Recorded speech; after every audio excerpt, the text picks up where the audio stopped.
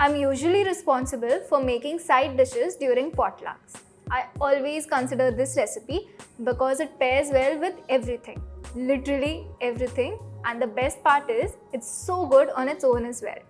Today I'm making corn pudding, which has the mildness of corn, a punch from the chili flakes, and loads of spring onions. Let's see how to make corn pudding.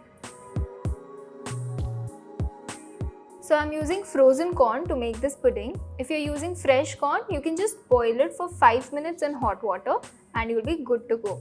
Cool down the corn and then puree it. So I'm just going to add my frozen corn to the mixer. So I'm going to add a little bit of the milk to help the corn grind properly.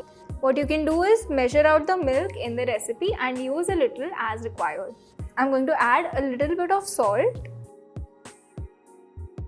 I'm going to grind this into a fine paste.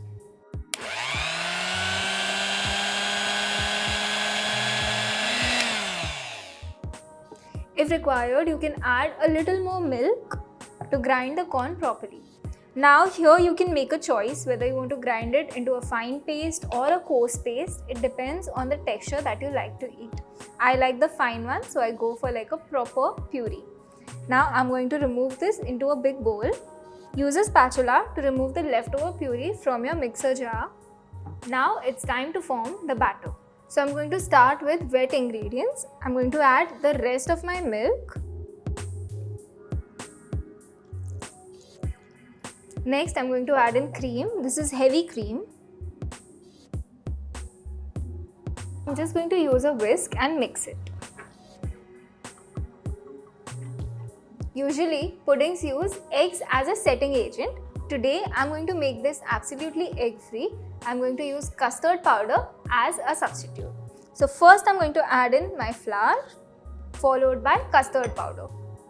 Although this is a savory pudding, I'm going to add a little bit of sugar just to bring out the sweetness of the corn. Now remember, we have already added salt while grinding our corn. Red chilli flakes to bring out the color. Time to simply mix this. Now to this I'm going to add 2 tablespoons of oil. You can also use butter if you like.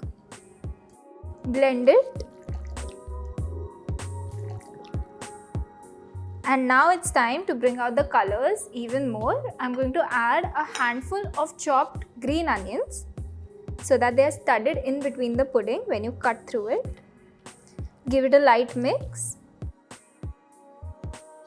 Now I'm going to pour this batter into my baking dish. You can either use a big bake dish or make individual small ones. It's all up to you.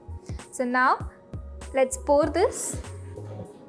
This won't rise much, so you can go all the way up. I'm going to stop at the 3/4 way. Now I'm going to place a few corn kernels on top of this just to make it look pretty. And now I'm going to give a color contrast using red chilli flakes. Time to bake this pudding at 200 degrees Celsius for 30 minutes. Now depending on the temperature of your oven, its size and all other factors, your oven might take a little more time or less time to cook the pudding. To make sure that it is properly done, use a toothpick in the center of your pudding and check whether it's done. In case you're using individual cups, you have to bake it for 15 to 20 minutes. Alright, let's bake this now.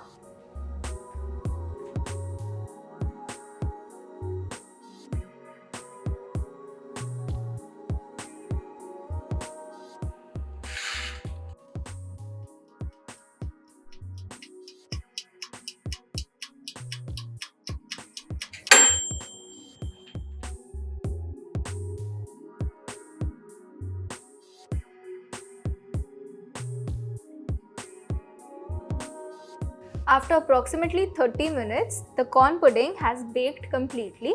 Here's how you can check it. First, take your finger and try to press it. This will bounce back. The second test is using a toothpick. Just insert it in the center and remove it out. You might have a little bit of softness on the toothpick, which is absolutely fine because this is not a cake, it's a pudding. So go with it, and as soon as it comes out, brush a little bit of butter on it. It just accentuates the taste to another level. Serve this with a big helping of spring onion greens.